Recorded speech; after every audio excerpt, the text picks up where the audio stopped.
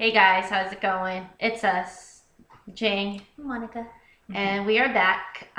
Last video we had an update, actually hours before insemination, and we were actually 12 hours away from where we were at, and we wanted to update you on the method that we use because it's obviously different than the first time around, and we feel a lot more confident with it. So, what do we do? All right, so we used an Instead soft cup, a needleless syringe, and pre-seed. So we didn't use the catheter. It was just too complicated, and we felt that not having the speculum, it would just be weird sending that thin thing up, and it looked like the sperm would kind of get caught in it too. Like, Oh yeah, we have a few people or a few videos that we've read. I've actually saw it and we've read online too that some of the cons on using the catheter. So we use a needle syringe and we also use pre-seed, which we actually threw on last minute prior to actually inseminating because we've actually viewed and read on couples using pre-seed, straight couples and lesbian couples using it and being successful. So what we did was we put some pre-seed into the needleless syringe, and it was just about a little bit. And then our donor actually went into the Instead cup, and what we did was we sucked up the sperm into the syringe, and then at the tip of the syringe we actually put more pre-seed in, just like a teeny, just a bit teeny to kind bit of guide them. That's what everyone kind of said worked. And then we had also put some inside me as well to act as another little. So it was a happy pre-seed method, and just we didn't know how much, but we definitely use it because it's actually recommended, and it even says on the box that doctors recommend it. So it's like a layer thing, pre-seed, semen, then pre-seed, and then pre-seed in her. So hopefully it works. Yeah, and I felt like it definitely helped it go in. Like it I think without it, it would have been a little bit more uncomfortable. With the syringe having this pre-seed on it, helped it be a little bit smoother. So, I think it was a smoother method. I was nervous because I was down there controlling everything and felt like a surgeon, and I just was sweating.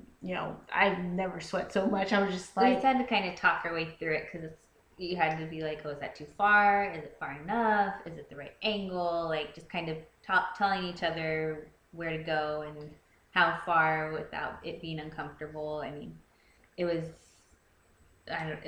just more detailed than we had done before. And also it's closer to the cervix, so I went in as far as I could, and for her to be comfortable, and just injected it. And I know I saw and heard videos and read online that sometimes it comes back out. So I kind of just let it sit there for a little bit, and then kind of like put the Instead cup while flipping out the syringe at the same time, so nothing falls out.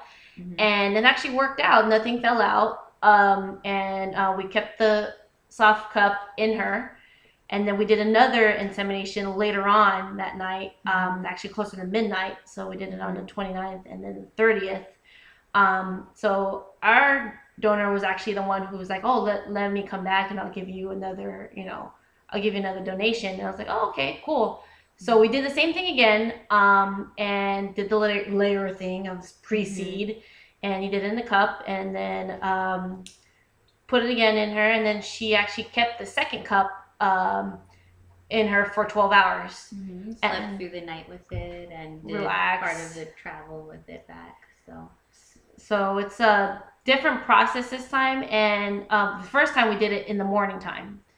And the morning time, the only downfall is that we still had things that we were on vacation, so we had a lot of people to see, places to go. So we were on the go. We did it in the morning. We had 2 birthdays to go to. We had travel. Family stuff. It was just always on the go. So, I mean, everyone says, you should relax. You should lay down if possible and let just kind of help gravity do its thing. Because if you're on the go, I mean, it's just they're having Yeah. to go against it. So Exactly. And also, I felt that with her relaxing, it could have, her body can concentrate on, taking and, little spermies and swimmies doing their thing down there.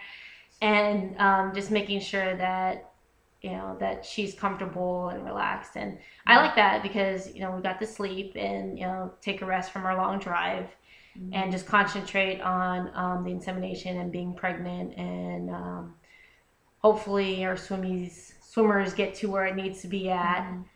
And yeah, so she actually took a lot of different types of foods in prior to the insemination. And we did the grape juice thing. We found like a what was it, like a naked juice that had grape in it because I didn't want to do just concentrated stuff. It didn't look as good, so I hit that.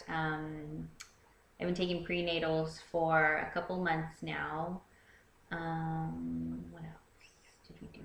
We've been doing the Oh, we've been tracking my temperature, the BBT chart. So we've been doing that every morning at 6 a.m.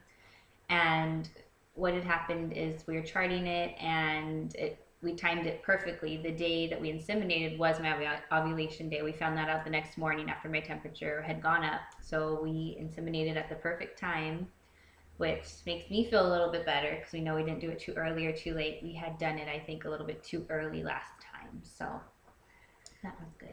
Yes, it was very good. So even though we did inseminate, she still continues to take her temperature read every morning at the same time and still tracking to make sure because I believe like the trend is that if it stays high, then basically your body's preparing for implantation or preparing your body to be pregnant. You can see like a third level of temperature rises, but if it starts to fall, then you know you're about to get your period. So hopefully we don't see that. Do you have the chart on your phone? Yeah. Yeah, so I'll show you the chart that she's been using. What app is it? It's EB Egg Timer from iPhone. So you could see, I don't know if it'll show or not. No, it's not going to show.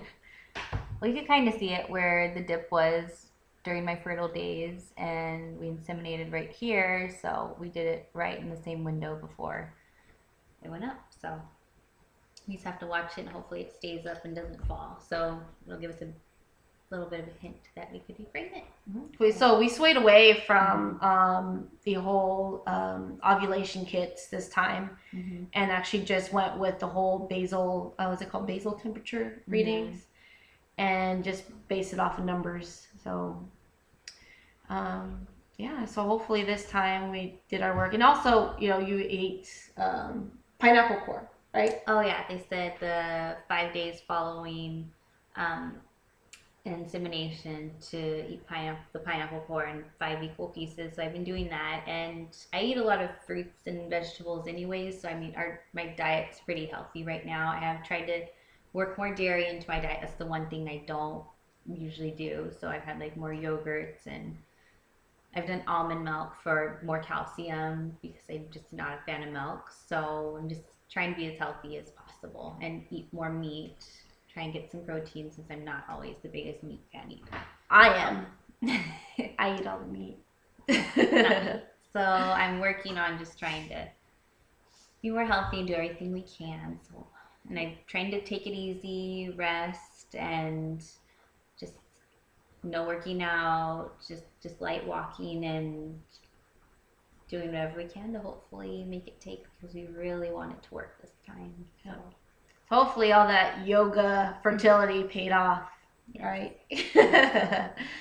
So yeah, so if you guys have any questions, we both really do appreciate the support, and also everyone's videos that they've been posting and in the past and present, because I know a couple of you guys are actually in the same boat as us, and like actually a couple of you guys are inseminating the same time that we did, so we're 2 week buddies, 2 week waiting buddies. So we can't wait to see everyone else's update and what everyone's progress is.